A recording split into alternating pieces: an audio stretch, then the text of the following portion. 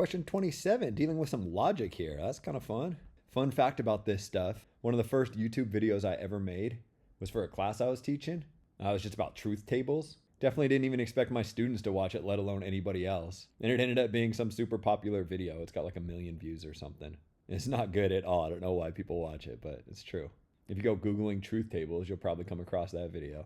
Anyways, consider the statement, if P is true, then Q is true and R is true.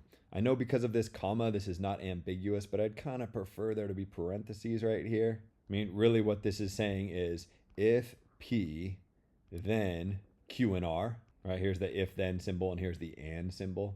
I kind of prefer to write this symbolically. You can drop all these trues in here. And symbolically, you definitely want to make sure you have these parentheses that it's not interpreted as P implies Q and R, right? This would be totally different than this. Anyways, that's the statement that we're given. And what we're supposed to do is figure out the negation of the statement. Okay, the idea with the negation of a statement is it's just sort of the opposite. So sometimes that's fairly obvious, right? If I had A or B, then the negation would just be not A and not B, right? A or B is true if either A is true or B is true or both of them. So the only way this is not true is if this one's not true and this one's not true. Right? The negation of A or B is not A and not B. I think that that's fairly obvious, although I don't know, maybe not. But whether that's obvious or not, some negations are more challenging. I mean, you could probably talk yourself into the negation of A and B. Well, let's see, this is true if these guys are both true, right? So I don't need them both to be false. I just need one or the other to be false. The negation here would be not A or not B. What are these? De Morgan's laws, I think? But I'm kind of just rambling here because this is not how I'm going to solve the problem. The reason why is because I think the negation of if A then B is not nearly as obvious. Maybe if you're really good with this stuff, you'd be able to figure out the negation. But even if you're not, truth tables, call back to the start of the video, can be really handy when you're trying to figure out negations. So let me set up a truth table for you really quick. I got these two premises, A and B, and either one can be either true or false. So they could both be true. A could be true, B could be false, A could be false, B could be true, or they could both be false.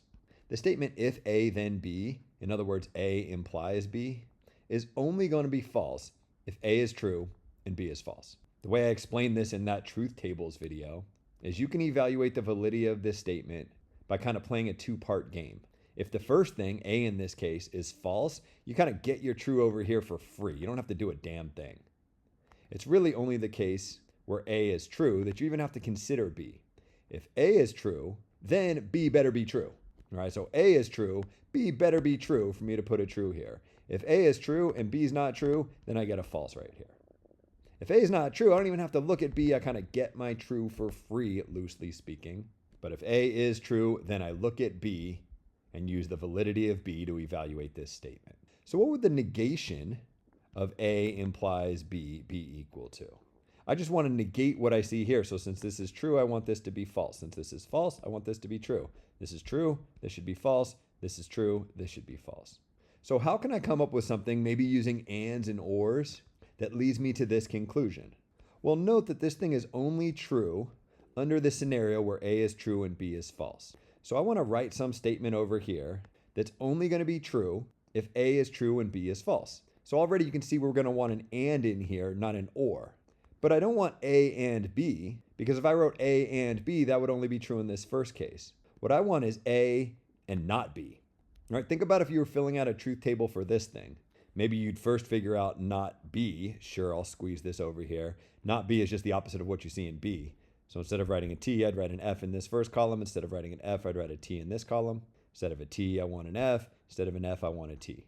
Now when I'm evaluating A and not B, all I got to do is look at these two columns, A and not B, and write a T over here if I see T's in both of those columns.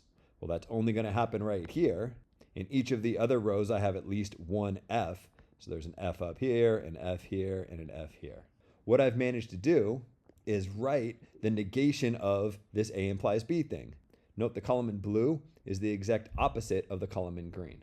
You can play this same game to see that the negation of A or B is not A and not B. And the negation of A and B is not A or not B. And if you have those three pieces of information, I think you have actually more than you need to answer this question. Because what the question says is if P is true, then Q and R are true. So if I want the negation of this thing, I'll just think about the P is the A, and this thing in the parentheses is the B. The negation of A implies B is A and not B. So I get A, in other words P, and not B, in other words Q and R. You can go looking for this answer, but you won't see it as the possible selections. I need the negation of Q and R. Fortunately, I've already done that. Right up here, I saw that the negation of A and B was not A or not B. I leave this P and part alone, that's all done. And then I negate Q and R, it's not Q or not R. The negation of P implies Q and R is P and not Q or not R. See if we find that anywhere. Here's P, P is true, not Q, Q is false, or not R, R is false. The answer to this question is A.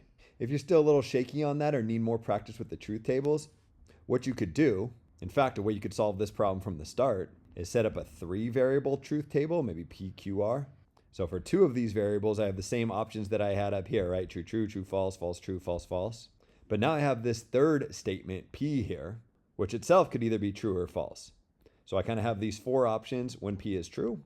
And then I have these same 4 options, true, true, true, false, false, true, false, false, when P is false. 3 variables or premises means I have 8 possible situations going on. The original statement was P implies Q and R, so maybe I would first figure out Q and R. Remember, you get a T here if, and only if, you have T's in this column and in this column. We're completely ignoring the P column because this just references Q and R. I got a T here, I got a T here, cool, I get a T here. I got a T here, but I don't have a T here, so I don't get a T over here. I don't have a T here, I don't even have to look at this one, I don't get a T here. I certainly don't have T's in both of these columns. In fact, I don't have any T's, so I get an F there. 2 T's, that means I get a T, yay. Only 1 T, that means it's an F here, and similarly here. But wait, we don't want Q and R. We want P implies Q and R.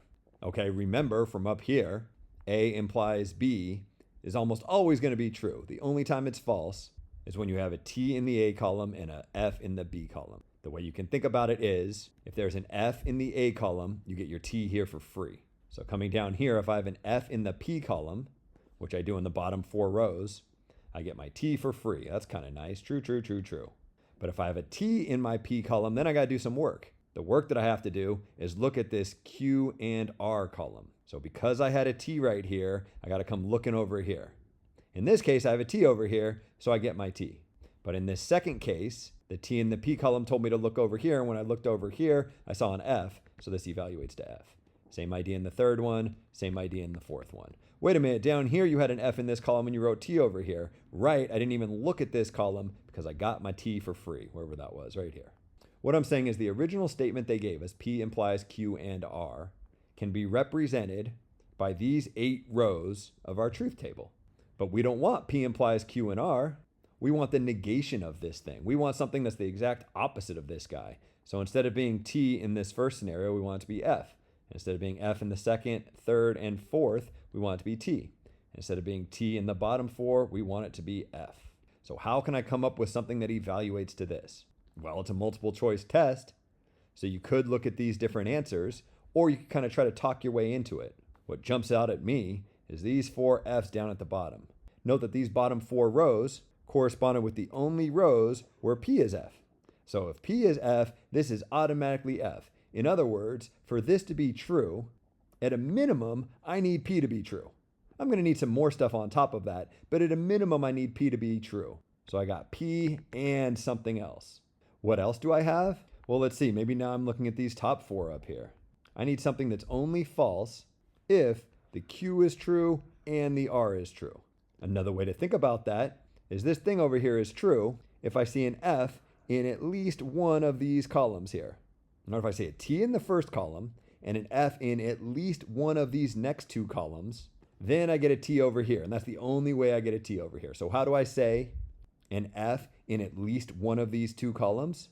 Not Q or not R. Worried that you messed this up? No problem, just build another column onto our table here. I don't have room, so I won't bother. And figure out what not Q or not R looks like. Then reference that new column and P using the AND operand, and make sure that you get exactly this collection of F's and T's. I think to understand this problem, really you want to understand the truth tables and all these different operations. Really what this problem comes down to is just how do you negate different logical conjunctions? And since the three most common statements are A or B, A and B, and A implies B, I suppose you could just memorize the negations. These first two are a little bit easier to talk yourself through. Not A and not B, not A or not B. As I mentioned before, these are called De Morgan's laws. It's the negation of A implies B that's a little bit less obvious. But as we've seen, and as we can confirm with truth tables, the negation of A implies B is A and not B. There's other logical statements. There's the biconditional and the exclusive or, but they're a little bit less common. The biconditional is A if and only if B. In other words, you get a T if these two things are the same. And the exclusive or, sometimes written as X or, is kind of like this or, where A or B is true if at least one of A or B is true. For the exclusive or, it's true if exactly one of A or B is true. Another way you can think about this is true if these two guys are different, or if this is true and this is false, or this is false and this is true. So this one is true if they're the same, if they're both true or they're both false, and this one is true if they're different. What that means is the negation of this one is this one, and the negation of this one is this one. The negation of A if and only B is A, X or B, and the negation of A, X or B is A if and only if, kind of switching back and forth between notation, B. So I guess really there's 5 statements that we could talk about the negation for, but again, it's the top 3 that are the most common. I'd be kind of surprised if you need these bottom 2 for the test.